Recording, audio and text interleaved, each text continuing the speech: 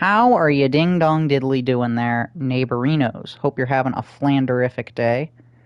Um, so before we get into everything, there's a few things I want to talk about. Um, Someone is saying something here. Well, if it isn't ultra mega, I couldn't read the last part. It didn't say okay though. Hello there, yellow. Ultra mega woman. Oh, okay. We're back on this. But anyway, G and I were talking last episode about the Watchers and like angels banging human women. And G's point was that angels do not have bits, so they can't bang human women. And I mean, I would agree with that. I would say in their angel form, yeah, they don't have like bits. But if they decide to appear as a human, then they do have human bits. And I want to find the verse real quick.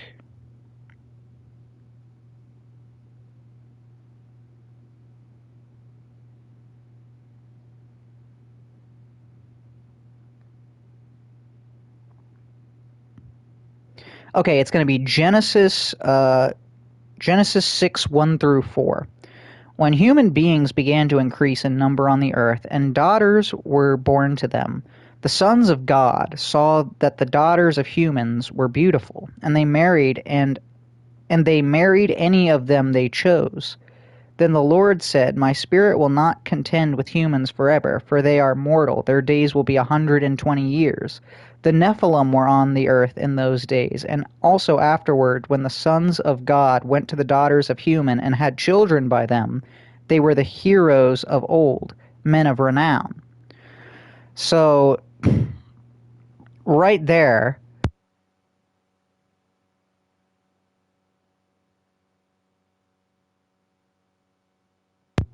sorry, I can't breathe. So right there, that just kind of proves what I was saying earlier, that like that the Watchers went down and banged human women. um, let's see here. Got to think of a fresh, steaming insult for yellow here. Sorry, I can't breathe. Is it because of me?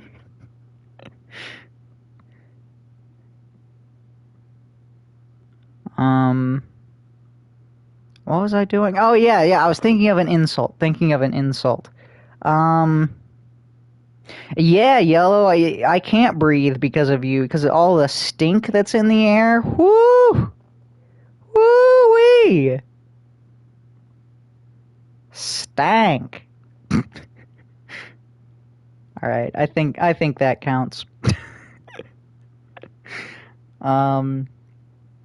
But yeah, no, I just wanted to talk about that real quick, about how, like, there's all of that going on. Also, G and I were talking a bit more about the Book of Enoch, and I said there's a few things in the book that I wanted to look into and be like, is this legit? So one of those was Enoch 10, 20 through 21, and that checks out. So God says, so basically what God says here is that he's going to wipe the Watchers and sin from the face of the earth permanently. And when I first read that, I was like, but sin isn't erased from the earth after the flood. So I don't know how God could say that. But looking into it more, I feel like what the verse is saying is that God is going to destroy the Watchers and their creations, the Chimera, which aren't really talked about in like the Bible, but they do talk about it in like the Book of Enoch. And basically these Chimera are like abominations, like just a bunch of different like animal parts mixed together, kind of. So it could have like the body of a tiger with like wings, and so like a griffin, I guess technically would be a chimera, right? Because it's got a bunch of different things Like a hippogriff, that would be a chimera. Shit like that. The Nephilim, however, could survive, as they are the descendants of the Watchers and not creations of the Watchers. So that's how you get like Nephilim and like mighty men and giants that show up later in the Old Testament, is because while most of them have been wiped out due to the flood, not all of them died during the flood. Enoch 14, I really wanted to check out because it talks about heaven, and I know that the Bible talks about heaven. And for what could be the earliest book, well, I mean, I guess, you know what, we're going to go with the Ethiopian Bible, all right? What could be the oldest book in the Bible, Enoch, it perfectly describes heaven and God in a very similar way to Isaiah and Revelation.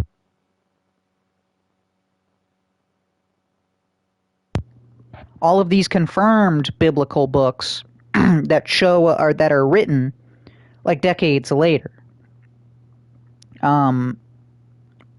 Like the description of God is spot on. It says that you can't look at him and that it's just like a blinding light.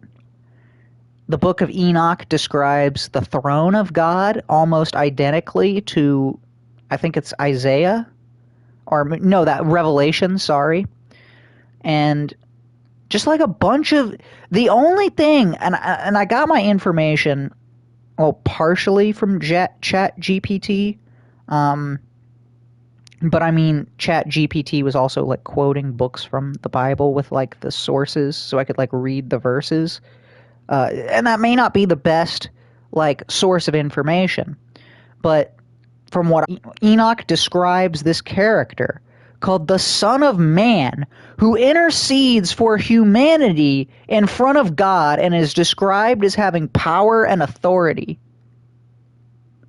Sounds like someone, but I can't put my finger on it. Yeah, it's literally Jesus. Literally Jesus. Which is why the Jews did not put that in their holy book, which is, I think, part of the reason why we don't have it like in most Bibles, is because the Old Testament is, for the most part, just the Tanakh, with like a couple of notable exceptions, like, I don't know, Maccabees or Jubilee or something like that, where it's more so talking about like historical events that have like not a whole lot to do with like theology, and more to do with like Jewish traditions and religions. So like those books were cut out.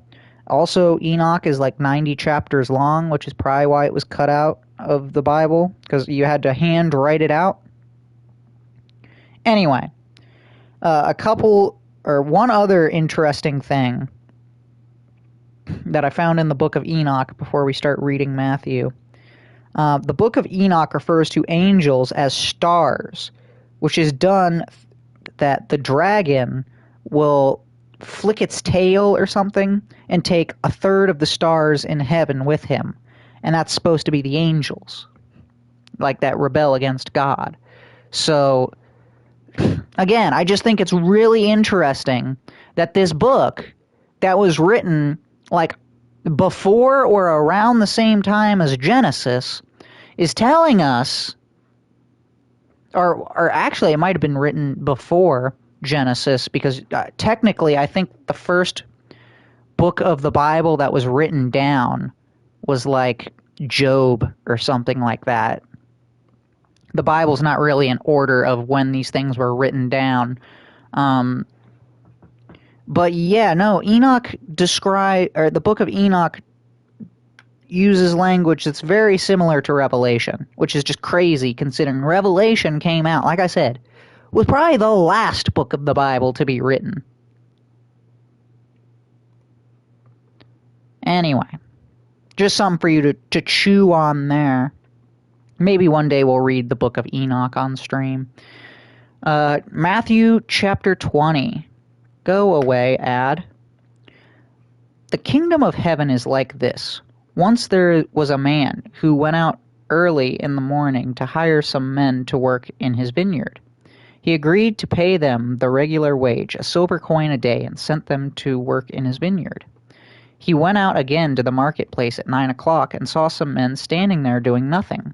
So he told them, "You also go and work in the vineyard, and I will pay you a fair wage." So they went. At 12 o'clock, and again at 3 o'clock, he did the same thing. It was nearly 5 o'clock when he went to the marketplace and saw some other men still standing there. "Why are you wasting the whole day here, doing nothing?" he asked them. "No one hired us," they answered. Well then, you go and work in the field," he told them. When evening came, the owner told his foreman, "Call the workers and pay them their wages, starting with those who are hired last and ending with those who are hired first."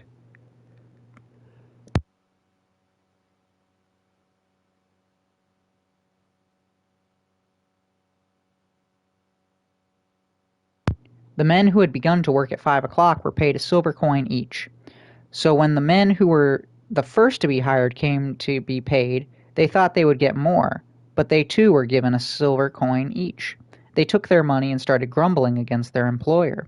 "These men who were hired last worked only 1 hour," they said, "while we put up with a whole day's work in the hot sun, yet you paid them the same as you paid us." "Listen, friend," the owner answered one of them, "I have not cheated you. After all, you agreed to do a day's work for 1 silver coin. Now take your pay and go home. I want to give this man who was hired last as much as I gave you. Don't I have the right to do as I wish with my own money? Or are you jealous because I am generous?" And Jesus concluded, "So those who are last will be first, and those who are first will be last." And Jesus was going up to Jerusalem, and he took the 12 disciples aside, and he spoke to them privately as they walked along. "Listen," he told them, "we are going up to Jerusalem, where the Son of Man will be handed over to the chief priests and the teachers of the law. They will condemn him to death." Oh no!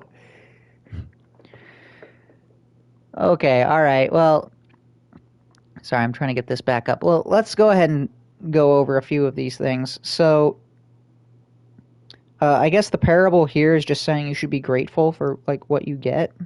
Well, I guess that's one of the morals, you know.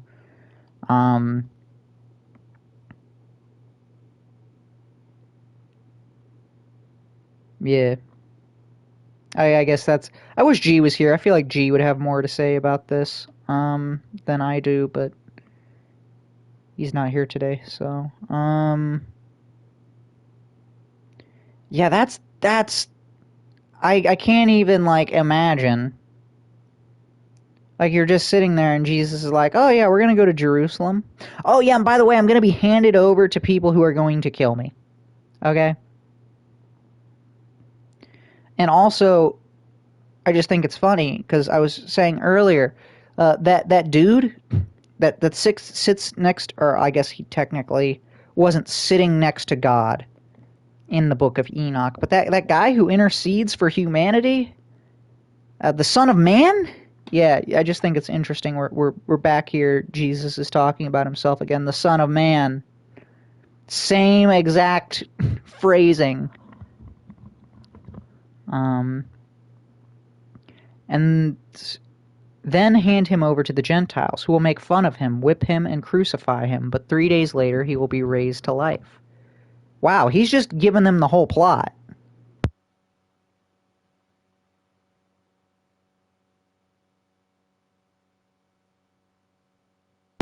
Massive spoiler alerts here, Jesus. Wow. Also, damn. Like, Jesus fully well knows what is happening. Like, what is going to happen, like, beat for beat. And he's going through with it anyhow. Like, that's powerful. Powerful is, yeah, that's definitely the word for it. Powerful. Then the wife of Zebedee came to Jesus with her 2 sons, bowed before him, and asked a favor. What do you want? Jesus asked her. She answered, Promise me that these 2 sons of mine will sit at your right and left when you are king. You don't know what you're asking for, Jesus answered the sons. Can you drink the cup of suffering that I am about to drink? We can, they answered. Oh, I don't think you want to drink from that cup. You will indeed drink from my cup, Jesus told them, but I do not have the right to choose who will sit at my right and left. These places belong to those for whom my Father has prepared them. Oh, maybe you will drink from my cup is not what I thought it was going to be. I thought that when Jesus was saying, can you drink the cup of suffering that I am about to drink, he was talking about him like dying on the cross. And he's like, do you want to die on the cross with me? You know what? Let's go ahead and see if we can get like a good definition for what exactly he's talking about here.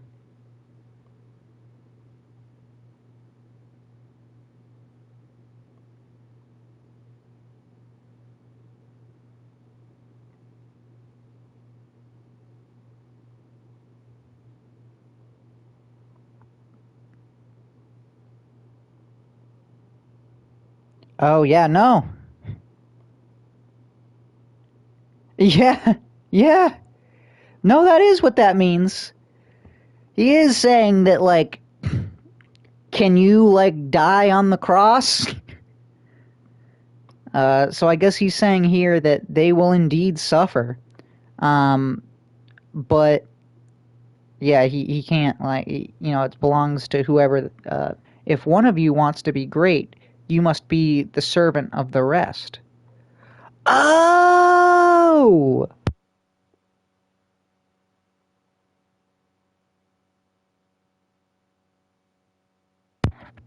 Yeah, this is I remember this story. So the argument they're having is which among them is the greatest. But I guess this book doesn't say that that's what the argument is about. I guess we get that in another book. But I was watching something and someone was talking about that recently. About how, like, the disciples can be kind of childish at times, and this was one of the examples that, like, they were arguing about who is the greatest. So yeah, if one of you wants to be great, you must be servants of the rest. And if one of you wants to be first, you must be the slave of the others. Like the Son of Man, who did not come to be served, but to serve and to give his life and to redeem many people. So Jesus is not, I just want to point this out here because I know someone is going to hear this and they're going to be like, Jesus is saying be slave. See, he's condoning slavery. No, he's not. He's saying be a servant.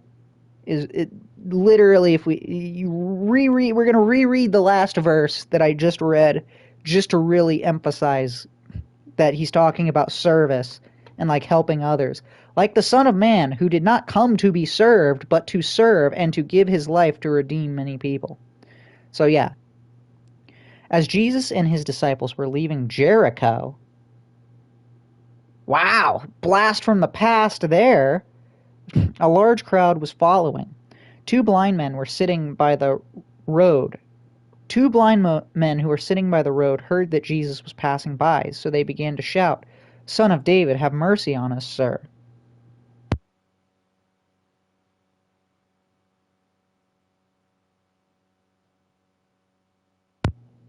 Jesus stopped and called them. What do you want me to do for you? He asked them. Sir, they answered, we want you to give us our sight. Jesus had pity on them and touched their eyes. At once they were able to see, and they followed him. So, hello there, Claire. I am doing all right. I'll be doing a lot better on Monday, maybe even on Saturday. How are you doing? I got a lot of stuff going on with work right now. You know, they had me at a 51-hour work week. They gave me 1 day off, and then they threw me into the next 51-hour work week. So I'm tired as fuck. That's where I'm at right now. Hopefully things are going good with you. But yeah, no, I want to make a point about this story, and this goes to show us how amazingly true that all the Gospels are. Because if you were to fake something like this, you wouldn't have all of these amazing details that perfectly line up. So this story, apparently in this town, Jesus had gone through and had healed a bunch of people beforehand. That's how these blind men know that Jesus is one, the Messiah, and is two, just like around, right? So they hear him and they're like, we've heard about you. We know who you are. Please heal us. And that's, and in another book, in a third gospel, it says that Jesus tells these men to leave the town because the people of the town didn't really believe that he was like God. So he tells these two men to like leave that town because woe to that town. I think that's the story. And it's like that's pretty incredible. That like 4 different books, 4 different authors, written like roughly around the same time, but not like at the exact same time, and it's still like all correct. You know, it's pretty incredible. It speaks to the validity of the Bible. By the way, I do custom graphics for streamers. I think I'm all right. I'm gonna be honest with you. I don't really stream too much to where it would be worth me like buying graphics for anything. I appreciate the offer though.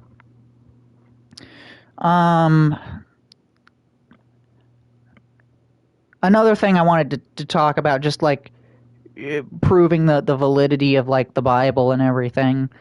So some people like to say that the Gospels were not written by the people whose name is on like the Gospel, but I'm gonna call bullshit on that because like let's think about this logically for a second here. Let's pretend that we are the early church and we know that this is all bullshit, that this is fake, this is not real, right? And we want to convince as many people as possible that this is real. You don't pick a name like Luke to be the name of a gospel because Luke is not one of the 12 disciples. Luke is a relatively minor character in the Bible. He's a friend of Paul. So you think that if this was fake and the church was just trying to like, oh, I don't know, let's just throw a name on here that's got like some weight behind it so that people will believe it, they wouldn't have picked Luke. Like, why would they pick Luke? I can't think of a single verse where Luke is mentioned. I can think of like Simon, Peter, Paul. Like you think that you would have called the Gospel of Luke the Gospel of Peter, the Gospel of Paul, the Gospel of Simon, the Gospel of, I don't know, Zebedee. Like, again, there's just so many better characters that if this was fake and the people, like everyone knew this was fake, there's so many better names that they could have used. But the fact that he's such an obscure character, but then like when you think about it logically, like once you know, oh, this is who Luke was, he was like a friend of Paul's, it's like, oh, that makes sense that he would be writing this book. So yeah, again, I think that is a great piece of evidence, personally. Because again, you don't pick some rando. I mean, I guess not to say that Luke is a rando, but I mean, comparatively speaking, he's kind of a rando when you think of like Peter or Paul, like I was saying. So I just don't know why you would pick him if that wasn't like the truth. Oh yeah, no thank you. I'm all right. Like I said, I don't really stream enough for it to be like worth me getting it, you know. And besides, most of the time I don't even have people in here, so um let's see. Is there anything else I wanted to add on at the end here?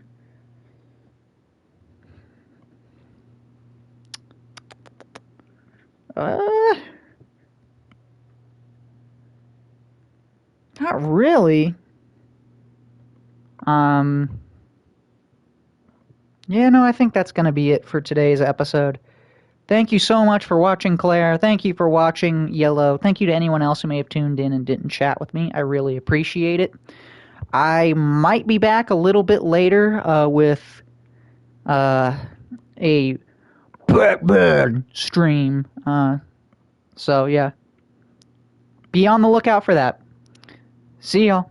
Thank you very much. Thank you to the YouTube crowd who's going to like and subscribe. And I will see you all in the next one. Bye-bye.